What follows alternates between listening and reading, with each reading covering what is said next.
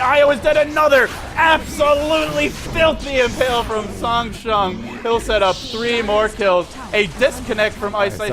I'm not sure if it's a rage quit. It was. The GGs come out. Zenith are in disarray. What set him up right there was this ward in middle. The CK was invis walking by, but they saw the Doom run, and they backed off from their T2 tower push on top, and just immediately orchestrated him, focused him down, and without Doom, they can't win the fight. They pretty much need everything to win any sort of team fight at this point in the game. But a swift GG and disconnect from Zenith. 30-8 the final score. You know, I said rage quit. His teammate did say GG. Maybe it's not fair, but I wouldn't blame Ice too much if he was. That was a rough game. That was one of the most one-sided series I have cast in a very long time. Tongfu are just cruising. We've seen Zenith struggle in this group stage, but nobody has made them look that silly. I know. They try to pick some cutesy heroes. I mean, Slark worked for them the other day, but this game, it didn't do anything. Doom didn't do anything. CK Wiz didn't. I didn't really feel the impact of any of these. It seems like they pick a lot of these other heroes, but I don't know how much practice they had. I'm sure it's nice to experiment once in a while, but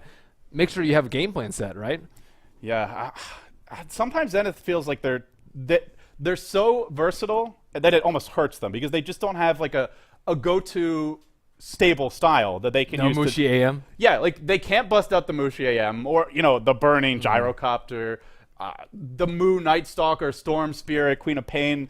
They don't have a signature style, which is great for making it hard to draft against your team, but on the other side, sometimes, well, it makes it hard for your team to have an identity. And also Tongfu is just playing great, but we've talked a lot about this game. We've analyzed it. Purge, Blitz. Well, particularly Blitz. How you doing, buddy? What? Nice Doom on illusion there. Good. Dude. I'm sorry. I'm sorry. Right. When you say Blitz Dota, in the heat of it the means moment. a really good storm play and not dooming like a non-hero. So I'm going to take that as a compliment. In the heat of the moment, it came out of my mouth. I couldn't help it. So thank you very much for and that was compliment. a huge euphemism, I guess. Match was pretty sweet, though. Pretty one-sided, though. Not too surprising, though. We did predict a lot of 2-0s going from Tongfu, taking out Zenith. First match was really rough for them. Second match, also equally rough. You're $5 richer. How does it feel? Yeah, so I bet Hotbit in the other room, and I set odds, and I knew that Tongfu was going to win, but he chose Zenith because I gave him good odds. And so I'm $5 richer, but I knew off the draft that Tongfu was going to have an easy time on this. They had 3 really mobile heroes, and there was only 1 hard disable in the Venge stun. I guess the CK stun as well. But Storm can dodge both of those. Tether's okay, but I mean, how are you going to stop Storm, a Weaver, and a Lifestealer? Because if the Doom goes off on one, then the other person has an easier time. And they just didn't get enough out of their short lane as well. The CK just didn't farm enough. Like, he had like 11, 12-minute treads or phase boots in a drum. Whereas How at bottom just had absolute free farm. And then mid as well was absolute dominant. Like, the Weaver completely destroyed the Slark. He wasn't able to do anything. Normally you see a Slark like go around the map, just create space, but that never happened at any point. It's a really hard matchup, though. I've played it against a pro player before. It sucked really bad. But that's partially skill disparity, but even still. Slark went early game build. He went Stout, Salve Tango with 3 Ironwood so that he could hopefully farm a decent amount and get to his bottle, but it didn't really happen. Weaver just went aggressive at level 1, and you have range advantage, and Slark can't actually beat you. So you just trade hits until he's out of regen, and then he's like, well, that's the lane. And then you're screwed. You have to go back to base and come back and rinse repeat. So really not a good matchup for them there. All around really good farming from Tongfu, and they took it in the mid game and they started winning fights as well. It looked okay. I mean, Zenith got the first blood, which is fine. But from there, they never really got the Wisp CK moving at all. They didn't get any ganks. They just got way behind. Yeah, and it seemed like every time Doom doomed, there wasn't ever a kill off of it. Like, somebody just would walk away. Yeah. And you can't do stuff like that, especially since you're devoting so much farm to that Doom in the jungle. And I mean, the Wisp also took some time to get to level 6. They didn't really have an initiator aside from the Wisp CK. Like, I guess the Slark jump was the best thing you had, but you didn't really have like a puck or something solid to begin the fights with. Yeah. So Wisp CK can never really gain any traction, and if you don't take any towers, it makes it really difficult to gank. For example, if a Wisp and a CK go to gank, all right, my phone alarm just went off. Wake up. Is this time to wake up? Actually, Bulba's calling me right now. Wow. So I'm going to completely ignore his phone call. Hold your phone up to the mic. But let's interview Bulba. Yeah, it's actually Bulba calling me. to actually troll me, I think. But Pick up the phone. dude, I'm not gonna pick up the phone. Come on. Do it. Go for it. We have time, don't we? Pick Yeah, it go up. for it. Quick. Okay. We only got a minute or two. Wait, you missed call. Too I late. missed the call. Sorry. But Wow. anyways, The moment is gone. so they just weren't able to really do anything, and then from there, the game kind of just snowballed into Zenith's or into Tongfu's favor. Their mobile hero lineup just kind of was way too much for them to deal with, and then from there, that was the game. Yeah. So it was a 2-0.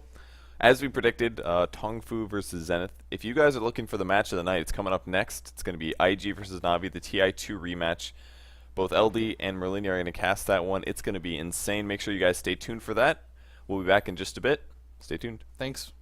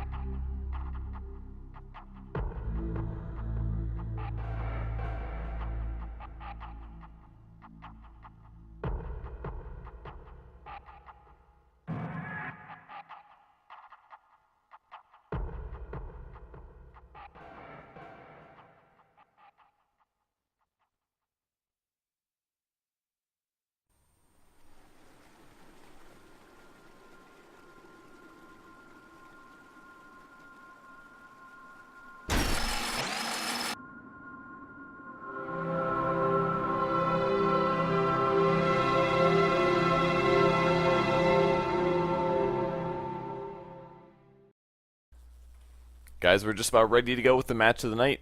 Navi versus IG. It is going to be absolutely insane. Are you excited? I'm really excited. It's like 8 a.m. right now for us. It's like 7:30 actually, Yeah. and I'm exhausted. We've been up for forever casting and hosting, but still, I'm absolutely pumped. This is the first rematch since the TI2 finals. Those were absolutely epic, and both teams on top of their game. IG looked a little shaky when we saw them a few months ago, but they've really picked up form. And Na'Vi, I mean, they haven't done a different roster, though, Yeah. which is worth pointing out. They course. now have Funnick as well as Kuroki. They lost Light of Heaven as well as Arzart. Yes. So slightly different rosters, but the same meat and bones of the matches. We there. still get that Dendi Ferrari mid matchup, you True. know, pitting Puppy against Faith in the picks. I mean, this is still one of those epic matchups that you kind of get chills about. And Na'Vi, I mean, I know their record, if we can pull that up, kind of looks a little bit shaky right now. But every one of their losses, I think they could have at least looked a little better, or in fact straight outright won in some of those. Yeah, they definitely were close in some of their matchups. Other ones they looked a little more shaky, but hopefully for them they do good tonight. So let's go over the teams really fast. Going to start things off with Na'Vi. Havos is playing the 1 role today. Been playing a lot of Spectre lately, doing a decent job, but also throwing a lot of lives away. Yeah, I think if he can get his stuff in order, Na'Vi is a team that looks like they're on par with some of the best Asian teams. Yeah, I agree. Definitely. Dendi, the very famous, arguably the most famous player in the world, non-Eastern scene that is. Very talented player. Funnick playing the offlane for them. Been doing a lot of Darkseer, a lot of Batrider as well. Any other here we've been seeing of him specifically? We saw Just those Windrunner a two? few times. That's right. He has been playing Windrunner. Yeah. It's been pretty fun too. Puppy playing the 4 role. Jungling heroes like Enchantress Chen. He played a CM earlier, sacrificed heavily for the team. Ended up stacking bracers and buying wards. Yes. Nicely done by him. And Kuro, the Rubik Master. Rubik / Burrow Strike Sand King Master. Plays 2 heroes in the same match. It's great. And he actually did absolutely phenomenally in that matchup. Him and Puppy Yeah. both kind of almost saved that game for them with those clutch 4-staffs. But anyways, Na'Vi, as we see their hexagon, we've got a 10 on game sense, player skill, and we've got 9s and 8s everywhere else. What do you make of this team, Kevin? They're not as good as they used to be, I would say right now, but they're definitely still a very, very talented team. Like, definitely, I think they're going to probably hit at least top 8 of TI3. I think they're a very talented team, but I think they have a lot of improvements that they need to make before they can actually be a top contender. So, I mean, this might not be the same level of play as we saw at TI2, but it still should be an insanely good match. Yes, and looking at their opponents, we have IG. Playing the 1 role, we've got Joe. He was playing absolutely phenomenally the last few days. We saw him on a lot of Gyrocopter. I think we should replace that Lone Druid with that. And playing the 2 role, we've got Ferrari, and that's who Dendi's going to see mid, unless something crazy happens and he's put in the short lane. Ferrari 430, the pianist, the epic mid player for them. YYF going to be playing that 3 role. Some consider him to be the most talented player in the world, actually. Yeah, he's very good. He's been playing a lot of off-lane Lifestealer, so we're expecting to see a Lifestealer banned against him. You're looking at me expectantly. So we've got Chuan playing the 4 role, and he's been playing Lights Out Dota as well. Yeah. And finally, the drafter, the captain, the mastermind, we've got Faith going to be playing the 5 role.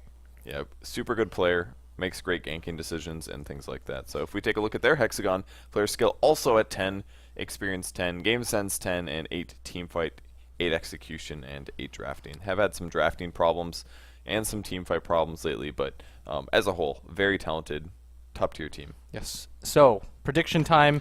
We'll go through this really quick. You first. This one's pretty hard. I think IG is currently the better team of the two. If I was allowed, I'll probably say IG 2-0. I'm slightly confident on that. I think Na'Vi has a pretty decent chance of taking a game off of them. I'd be really surprised if Na'Vi took it 2-0 though. Okay. Because I just feel they're not playing as well. Yeah, and for me as well, I think my prediction will be 2-0 for IG, but I think this will be a really close game. It seems like Na'Vi has improved every single time that they've stepped up to the plate. But enough about us. We're going to get into the casting game. I hope you guys enjoy the game. This was me and Purge. I'm Blitz. And back to the host, or the casters. Thank you, Blitz. I'm LD. I'm joined here by Merlini. It's time to get into this draft in just a few moments. It's Na'Vi versus IG, your International 2 Grand Finals rematch. Our predictions, let's get them out of the way now, Merlini. 1-1. Chips on the table, Na'Vi 2-0. They're going to step up in the big spotlight. They're going to crush IG and shock the world. 1-1, Na'Vi And IG. it's 1-1. 1-1. I mean, both teams have been just That's loser shaky. talk, Merlini. They've been shaky. Okay, I've been right with my predictions thus far, but I think this is going to be 1-1. I think both of them are none of them are particularly dominating at any stage of this Alienware Cup, and I mean, I think that it's just going to be very shaky. I don't think it's going to be necessarily stomping any of these games. It's going to be relatively close, but nothing too out of the ordinary there. But let's get on to the game. The draft is already well underway. Let's do it. Bat, I don't think I've even seen him play this tournament. He's just constant ban, and IG smartly has banned Wisp. Please ban Wisp versus Na'Vi unless you want a swift 20-minute GG. Unless you want to first pick Wisp yourself and know how to use it, which not convinced that IG can do that. I like this draft for both teams, actually. Na'Vi, they get the Dendi puck early. You and I think we're both in agreement that Dendi on here is like sort of the common popular mids, like the Dragon Knight, Magnus in the previous version, these more melee initiator, tanky type heroes.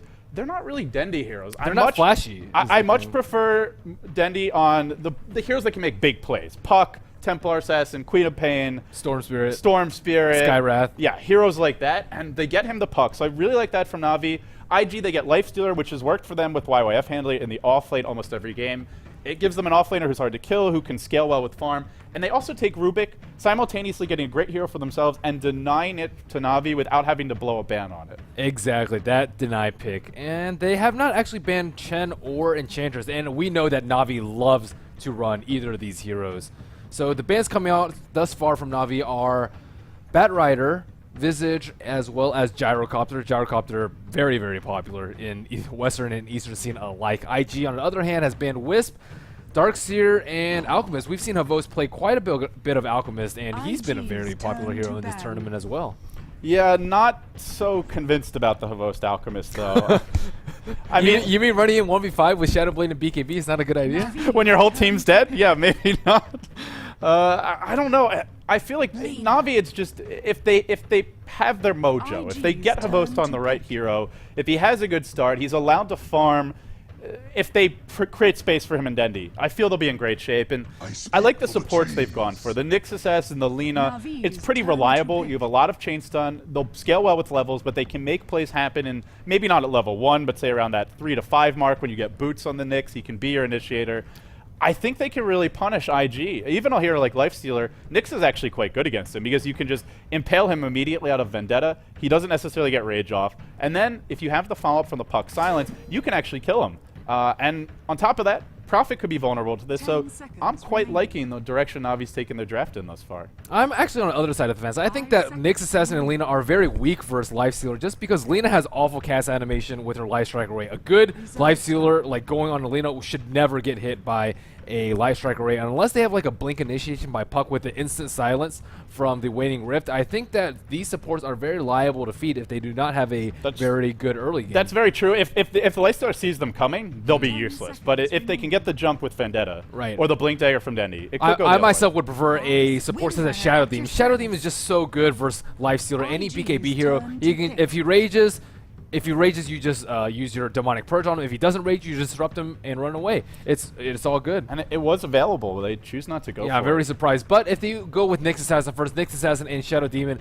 is slightly strange. You don't they don't have as much synergy as a double stun or as let's say a SD Lina. But regardless, so Na'Vi, they'll go for a Windrunner here. Now, I guess it begs the question: who's going to be playing this? I imagine it's Funnick, and maybe do they leave him as a solo off lane? Lifestealer Rubik can't really kill a Windrunner by themselves. If they get something like a Leshrac or a twin-headed dragon, then the Windrunner could be in trouble in the tri-lane. But maybe they sack the Windrunner, or do you think they're considering going aggressive with this? I think that Windrunner fares very well versus Lifestealer. If they can get that matchup, whether it be try on tray or solo versus solo, I think that Windrunner will come out on top. Like, you can just Windrun away from any sort of open wounds. You can use just Power Shot away if Furion tries to teleport and sprout you. And I think the defensive capabilities of Windrunner work excellently versus Lifestealer. So, you like the pick as well? I think we can agree about that. IG, last pick. With the Lifestealer. Last pick now here. The ban on the Beastmaster from Na'Vi. Silencer, rather. Yeah, I love Silencer. We both love Silencer. Well, I don't love playing him. I do love the hero. I love playing him. I love seeing him. You like playing him as well. I think he's a little boring, but I don't like him support. And generally, it seems he struggles. Maybe in this game, Global is so good that Global was incredible in this. Against Puck. They don't have any BKB heroes. This YS is like insanely strong. Puck could get a Yule Scepter, so she could deal with the Global, but the rest of these heroes could be in a lot of trouble. Yeah, the thing about it, if you get Yule Scepter on Puck, you just have like 800 HP. If you get Telekinesis, you're still dead. Lifestealer will kill you. And they're going to take a hero that can really punish the Lifestealer. Viper Strike, nothing can get you out of this. Pretty strong laner. Is this going to be... Who's playing this? Is this a safe lane Havost Viper? I guess it's a Dendy Puck mid, and a tri-lane of some kind, either a Windrunner tri-lane or a Viper tri-lane.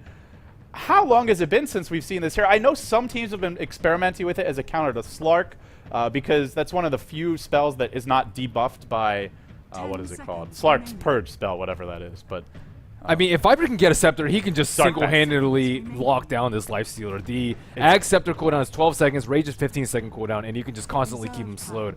On top of that, I mean, if you're like a really, really strong Lifestealer player, you can try and Invest Dodge the Viper Strike, but that's just some high-level play. Regardless, I think Viper is a maybe he'll get a Manta pick. and Manta dodge it. Viper's a very interesting pick here. He seems like I mean... Where's the majority of their damage coming from? Rubik, Fade Bolt, maybe some right-click damage from Nature's Prophet, and some magic damage from Silencer. I think Corrosive Skin is going to be very, very strong here against anything else but Lifestealer, and they have Viper Strike for Lifestealer. I like this pick. I look at Navi's lineup, and if it gets to the mid-game, they just have so many spammable stuns, so many nukes, so much burst damage. I don't know how IG actually deals with that. Right now, Lifestealer, yeah, he's tanky, but he can be kited by Viper Strike. Puck can blink silence him. IG, I feel like they have to really make something happen before it comes to that mid-game. If it does and they're not ahead, well, they could be in trouble. But a lot of it depends on this last pick. They've got their supports, the Rubik possibly for Chuan, the Silencer probably for Faith, and we'll see where they go with the... I mean, I mentioned the Lifestealer would probably be YYF's hero, but they have a Nature's Prophet. Now, when Zhou plays Nature's Prophet, the Chinese netizens hate this because he has not had a good track record on the Nature's Prophet. When YYF plays it off lane, it's a pretty serviceable Prophet. They'll go for a 430 Brewmaster. So now the big question is, who's going to be handling that Prophet? It'll be YYF. So it's a safe lane, potentially a safe lane Lifestealer, but a one position at that. And we'll get ourselves into the game momentarily. For some reason, you're in it. I'm not. Is my Dota behind yours? How are you 10 seconds ahead of me? We're in the same lobby. I don't know what's going on. A little bit of a lag spike. That's how. Hopefully this will calm down. We'll introduce Team Navi now. They've come all the way. They've trekked there from Estonia, Ukraine, and Germany to be here in China, to be there in Shanghai, to compete against IG in the best of the East in preparation for the big dance. The International 3. It's Dendyman on the solo mid Puck. Funnick, the safe lane Viper. Into the off lane we go. Havost playing the support Lina. Whoa. What is going on here? Kuroki, the farming Windrunner. Puppy, the support Nyx. Navi have had enough of Havost's antics. They've made a change. They're going to put Kuroki back into a role he used to occupy as a farmer. This is a big change. We'll talk about it a lot more, Merlini, but I would like to introduce IG, their opponents, very quickly. Faith on the Silencer. Zhou, the Lifestealer. Chuan.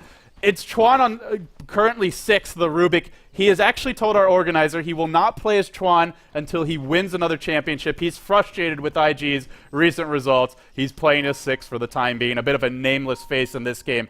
430 with the biggest panda sword you'll ever see on the Brewmaster mid. He looks like Cloud Strife. Wow, what the? How does that even fit the theme or the lore of this year? I don't know. Last but not least, YYF, your off-lane Prophet.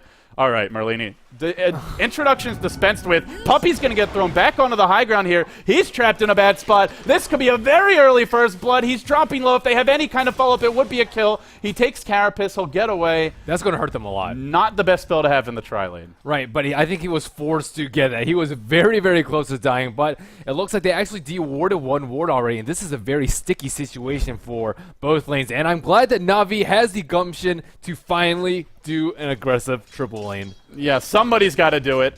What do you think about this role switch? Putting Kuroki into the farming role, putting Havost on I've support. seen Havost, I think, on AA before, and it was, and Jakiro, I believe, it was like mediocre at best. Havost, I mean, he's aggressive. He's prone to mistakes sometimes, but he does love it. Puppy gets lifted up, thrown back in, pops the Carapace off the bat, taking a lot of harass, and we're going to see a Curse of the Silence build. This is where Navi, they really need some magic sticks, some additional clarity potions, and they'll find Faith here with a Light Strike away, but it's very hard to go into the Lifestealer tri-lane, and they'll be forced back.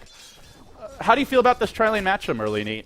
Obviously, Puppey forced to take Carapace at level 1. That doesn't help, but who's got the edge here? I think that I actually like IG's position a lot better. Firstly, they kind of dewarded one ward already, which is a big deal. But although they haven't dewarded the Sentry one or this Observer, so they won't be able to pull. But I think Silencer works pretty well here. Again, Nix's Assassin not having Impale, and he won't have Mana Burn until at least level 3 is just going to be a really, really like weak point for them. They don't have any setup stuns for the Lina stun.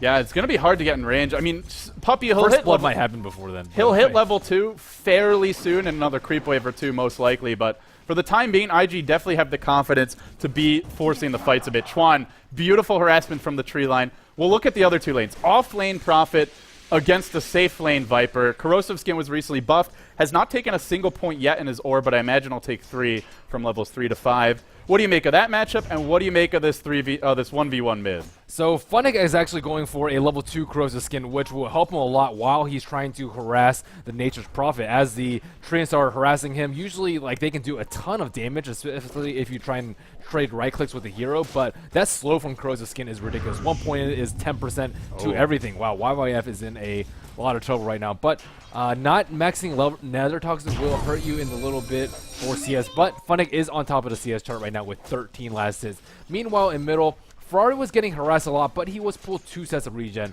1 salve and 1 set of tangos by Chuan on the support, so he will still be able to get his bottle relatively unhindered. Dendy doing pretty well on CS, but Ferrari not too far I behind. just can't get over this sword. This is like breaking my reality. It's taller than Shriya. He's critting away at Dendy.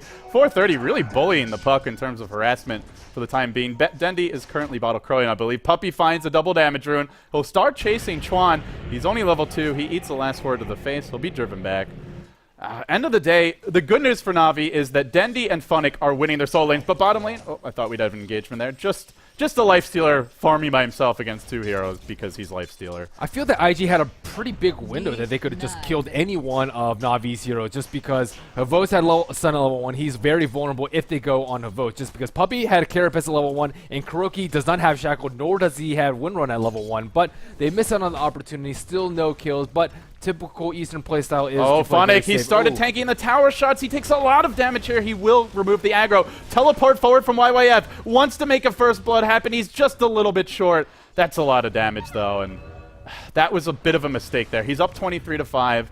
He has a flask. Yeah, he's got a salve. So not the end of the world, but forced to chew through a bit of his regen. Maybe gives YYF a tiny bit of breathing room here. One thing that we haven't talked about, Merlini, it's an offlane Prophet against an aggressive tri-lane from Na'Vi, and Na'Vi aren't finding kills. So they're very underleveled. Prophet's going to have a quick level 6, and the ult can really do work against underleveled squishy supports. Yeah, but they're recovering very nicely from the early level 1, like the telekinesis up to the hill. If they had their 3rd hero there, that would almost certainly have been a first blood on Puppey, but they dodged a bullet there, and I think this being...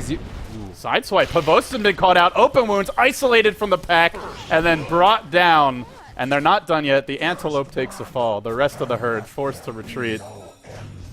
Dendy, orbing forward mid. A little bit of harassment. Puppey's been thrown up on a cliff. You look away from this lane for 1 second. What is going on? Chuan just being a total pest this game. You mentioned they were just recovering, and Merlini, you've done it. You've jinxed them. Congratulations. Wow, yeah, that was just quite the blow to Na'Vi there. I mean, Havos being caught out of position there. 2 heroes versus 1. Lina is such a terrible hero versus Lifestealer. If Lifestealer gets a jump on you, there's no way you're going to be able to prevent that death. And now, Puppey doesn't even have enough money for a TP scroll. He just bought his magic stick. Very necessary versus the Silencer who skills his Curse of the Silent, and he still has to wait probably another 30 seconds until he can even buy the TP scroll. Yeah, now it's level 2 Curse. Level 1 Curse is kind of crap, but once you get to level 2, it really starts to become a nuisance. Denny orbs one way, walks the other, he'll escape mid. It's hard for Na'Vi to contest this tri-lane anymore. Yeah, but look at Funnick CS. He has double, triple Fury on CS. It's hard for YYF. He is still level 5. I mean, he's still going to have his ult fairly soon. He's picked up a bottle to help control the runes with 430 as a unit, but I guess he can make up for the slow start. Is Puppey really still on the cliff? Why has nobody bought him a TP? Denny has forced the bottle crow. He'll buy one now. He'll get one now, but he's lost so much experience. Yeah, and that means his teammates can't really do anything. Notice Kuroki's business. I mean, he's forced to like sit at very, very far range because they're only one hero strong right now. You know, I just assumed the first order of business is your Nyx gets cliffed. Havos gets scouted out on top too, so he tries to attempt to make a rotation with a level 6 Viper and try and get a kill on Furion. But while Scouts is out with his trains while he's trying to kill the Hellbearer Smasher.